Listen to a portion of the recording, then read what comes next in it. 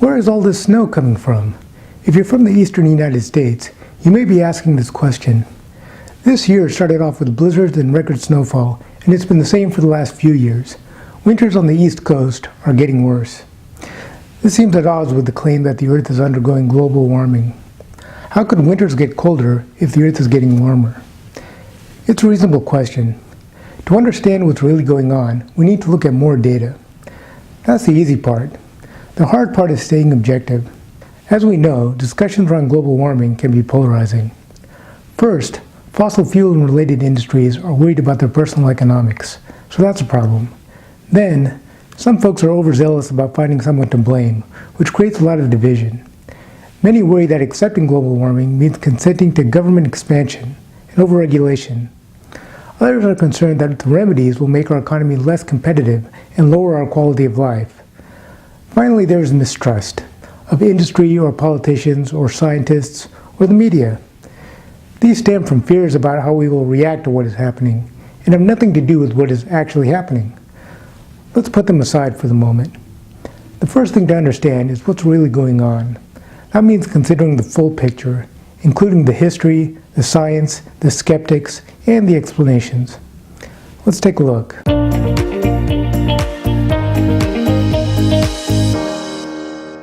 If the story isn't that global warming is happening, it's that it isn't, or even that it's the reverse. To add to the confusion, there always seems to be data that backs up every claim. How is that possible? Do we have an epidemic of fake data? Or is it that the data is all over the map? Not really. It's more a matter of how much data you look at. It's a lot like the stock market. Over the short term, stocks fluctuate wildly in price. If you focus on the day-to-day activity, some days you will conclude the stock is booming and others that it is crashing. The only way to intelligently tell how the stock performs is to take a long-term view. Weather works the same way. Some conclusions about global warming cite recent weather or 10-year periods of weather in certain areas, but that's not enough data.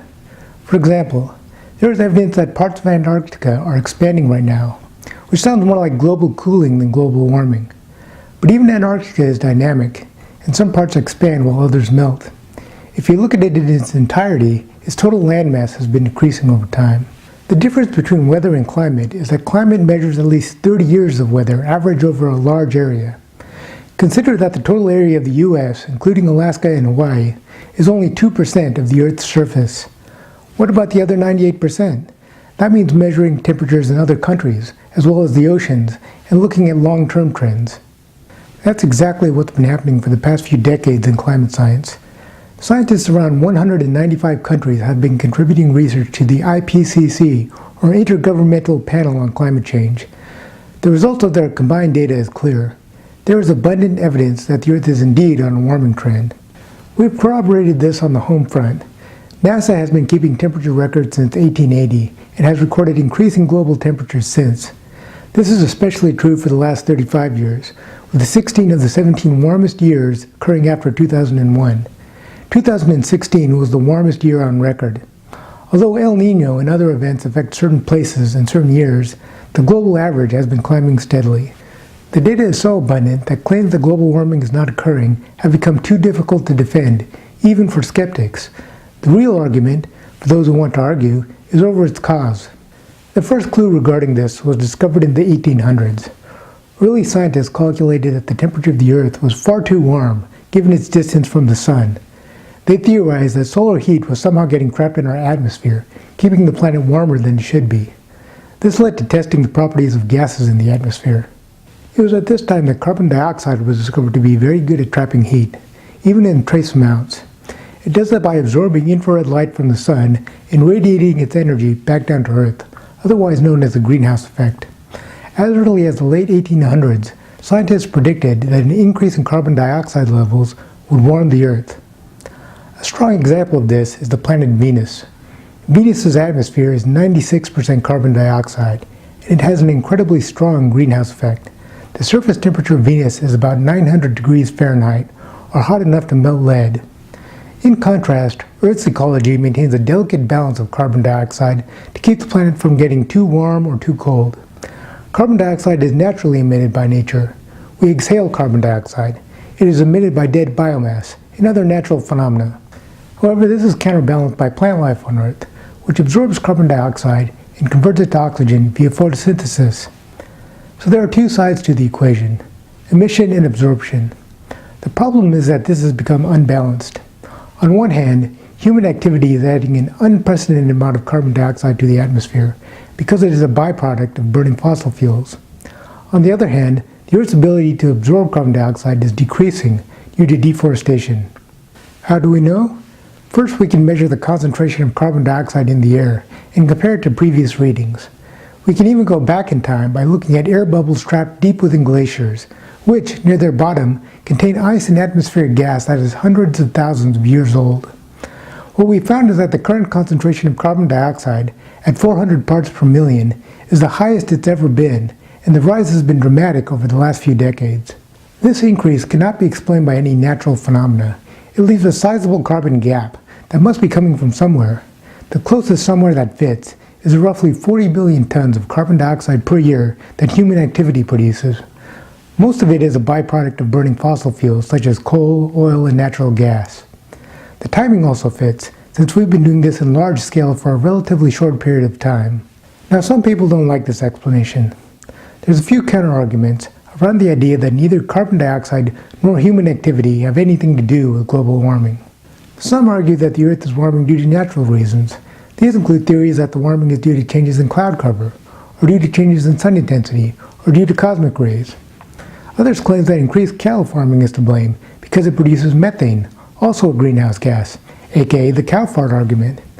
Then there are those who say that volcanic eruptions are to blame for the extra carbon dioxide.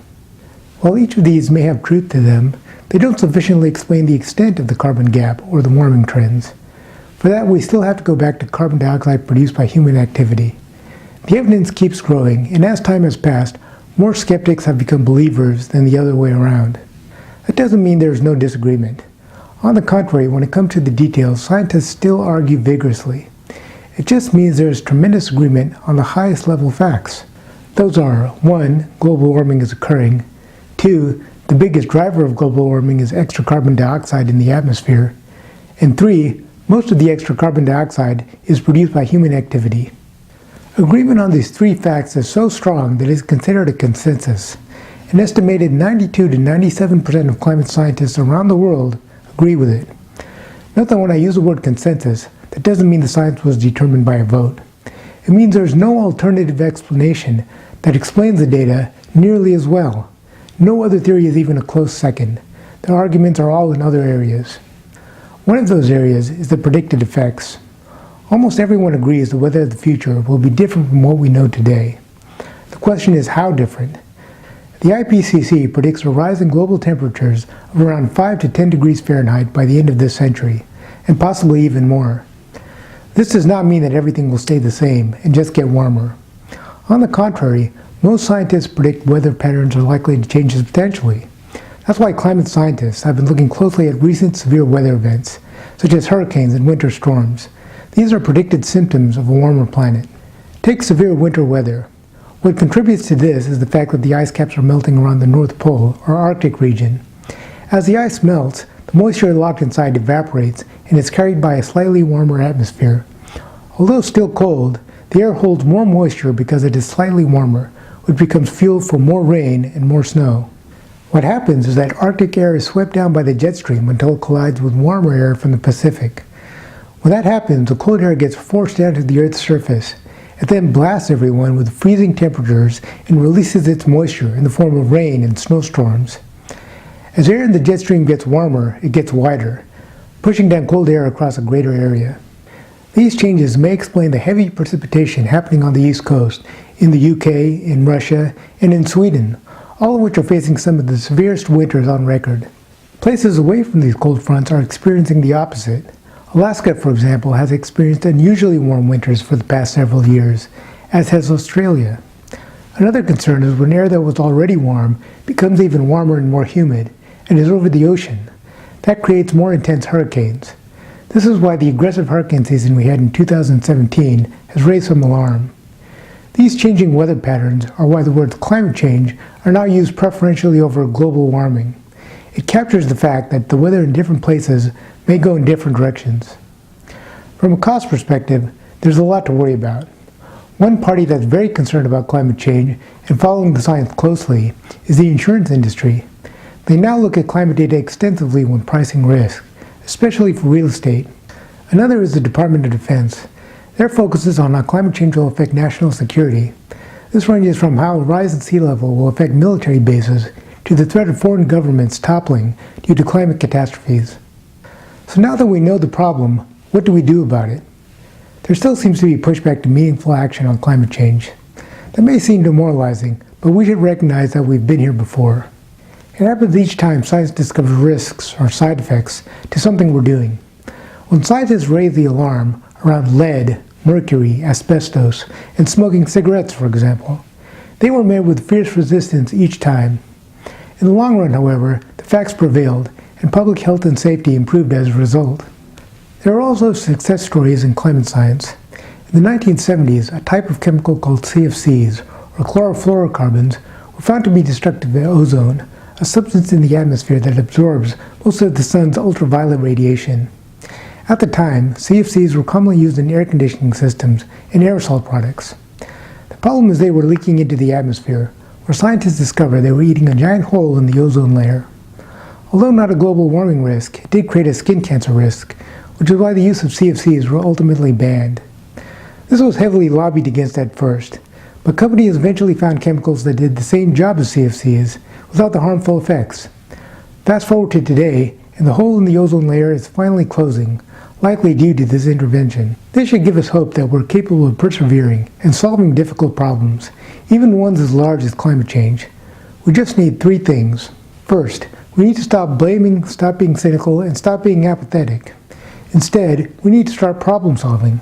That means everybody. The Earth doesn't care about what political party you belong to.